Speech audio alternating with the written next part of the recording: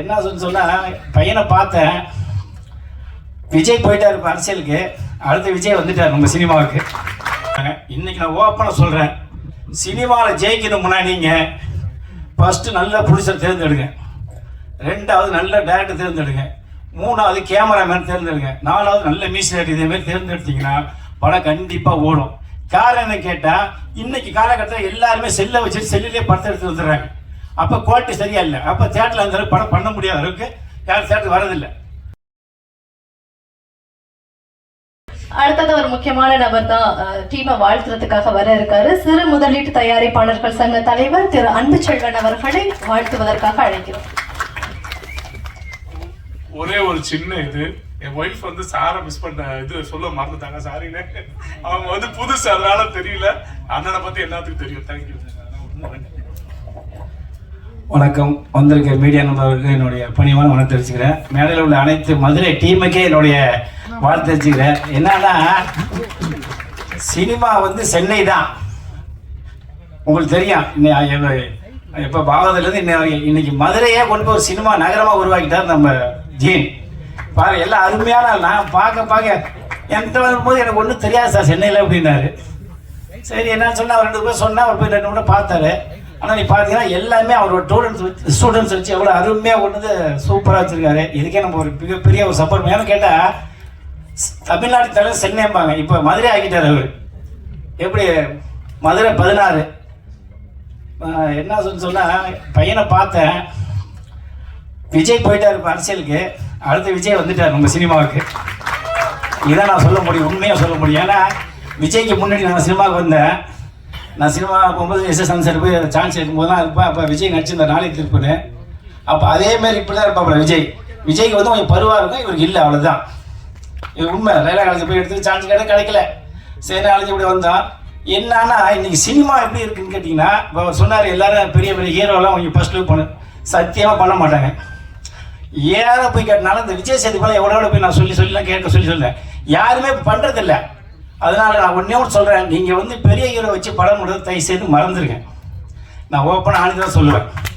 நீங்கள் என்ன நீங்கள் எவ்வளோ ஹீரோ தெரியுற வீட்டில் இருக்காங்க. ஒன்றும் இல்லை, நம்ம இன்றைக்கி சினிமாவுக்குன்னு ஒரு மிகப்பெரிய ஒரு ஜாம்பவான்னு கேட்டால் இன்றைக்கி பாலச்சந்திரன் சாருடைய பிறந்த நாள் இன்றைக்கி வந்து வச்சுருக்காரு. அது மிகப்பெரிய ஒரு பாராட்டக்கூடியது. 16 வயதுலேருந்து ஒரு படம் எடுத்தார் பாரதிராஜா சார். இன்னைக்கு வரைக்கும் நிற்கிறாரு. அதுமாரி பாக்யராஜ் சார் சவுரில்லா சுத்தங்கள் படம் எடுத்தார். இன்னை வரைக்கும் நிற்கிறாரு. ஒரு ராகன் டி ராஜேந்திரன் ஒரு படம் எடுத்தார். இன்னை வரைக்கும். என்ன காரணம்னா, நீங்கள் படத்தை நல்லா எடுத்தீங்கன்னா எந்த காலத்துலையும் சினிமா உங்களை கைவிடாது. நான் இதுதான் அப்பப்போ சொல்லுவேன். ஒன்றும் இந்த பேரரசார் திருப்பாச்சின்னு ஒரு படம் எடுத்தார். இன்னை வரைக்கும் நிற்கிறார். நீங்கள் ஒவ்வொரு ஸ்டேஜ்லையும் நீங்கள் பேரரசார் தான் வந்து பேசிட்டு இருக்காரு. அதுமாதிரி ராஜன் வந்து காரணம் என்னன்னு கேட்டால், நீங்கள் படத்தை முன்ன நல்லா எடுக்கணும். இந்த மதுரை 16 பார்த்தோம், அப்படியே மதுரையை கொண்டு வந்து இறக்கிட்டார். நீங்கள் நம்மளாச்சும் நீங்கள் எல்லாம் பார்த்துருப்பீங்க, நான் பொய்யெல்லாம் சொல்ல. எனக்கு தனியாக ஒரு ட்ரெயிலர் போட்டு காமிச்சார். இதுதான் படம், இதுதான் சிறு முதல் பேர் சங்கம். இந்த படம் பெரிய படம் ஓடிச்சுன்னா இந்த டீம் எல்லாமே பெரிய லெவலில் வந்துடுவாங்க. இவங்களெல்லாம் நீங்கள் எப்போ வேணாலும் காய்ச்சிட்டு கேட்டால் கொடுப்பாங்க, எப்போ கேட்டாலும் உங்களுக்கு படம் பண்ண வருவாங்க. ஏன்னா இவங்க வளர்ந்து கஷ்டப்பட்டு வந்து இவங்களுக்கு தெரியும். ஜெயிச்சவனுக்கு எவனுமே இப்போ மதியாத காரணம் என்னன்னு கேட்டிங்கன்னா, அவங்களாம் ஒரு டீமை செட் பண்ணிட்டாங்க. எல்லா நடிகருமே சரி, நீங்கள் யாரும் சரி.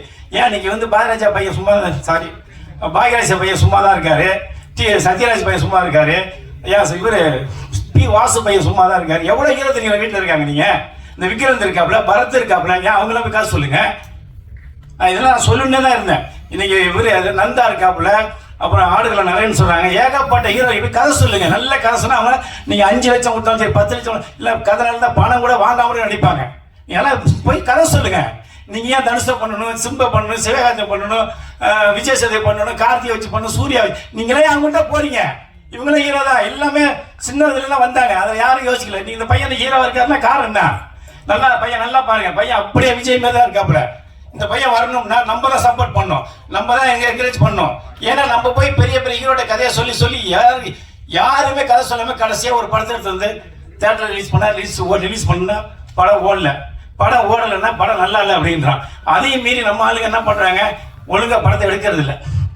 இவர் பாரு, எல்லா டீமுமே எல்லாம் படித்தவங்க நீட்டாக எல்லாம் ஒரே மாதிரியாக இருந்து பேசி எடுத்துறாங்க. என்கிட்ட வர்றாங்க, டைரக்டர் ஒரு பக்கம், ப்ரொடியூசர் பக்கம், நானே ஹீரோ நானே சொல்லிட்டு வராங்க. இன்னைக்கு நான் ஓப்பனாக சொல்கிறேன், சினிமாவில் ஜெயிக்கணும்னா நீங்கள் ஃபஸ்ட்டு நல்ல ப்ரொடியூசர் தேர்ந்தெடுங்க, ரெண்டாவது நல்ல டைரக்டர் தேர்ந்தெடுங்க, 3வது கேமராமேன் தேர்ந்தெடுங்க, 4வது நல்ல மியூசிக் இதே மாதிரி தேர்ந்தெடுத்தீங்கன்னா படம் கண்டிப்பாக ஓடும். காரணம் என்ன கேட்டால், இன்னைக்கு காலகட்டத்தில் எல்லாருமே செல்லை வச்சுட்டு செல்லிலே படத்தை எடுத்து வந்துடுறாங்க. அப்போ குவாலிட்டி சரியா இல்லை. அப்போ தேட்டரில் அந்த அளவுக்கு படம் பண்ண முடியாத அளவுக்கு யாரும் தேட்டருக்கு வரதில்லை. அது வர வைக்கணும்னா நீங்கள் நல்ல கதையை தேர்ந்தெடுத்தீங்கன்னா கண்டிப்பாக ஜெயிக்கலாம். இந்த மதுரை 16 மிகப்பெரிய வெற்றி அடையும். காரணம் கேட்டால், இவர் ரொம்ப கஷ்டப்பட்டு தான் என்கிட்ட சொன்னார். நான் அவ்வளோ கஷ்டப்பட்டு எடுத்துருக்கேன், அந்த படத்தை மிகப்பெரிய அளவில் கொண்டு வந்தார்.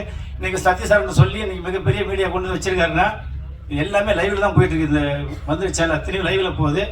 தயவு செய்து இந்த மதுரை 16 மிகப்பெரிய வெற்றி பெற காரணம் என்ன கேட்டால், காக்கைக்கும் தன் குஞ்சு பொன் குஞ்சும்பாங்க.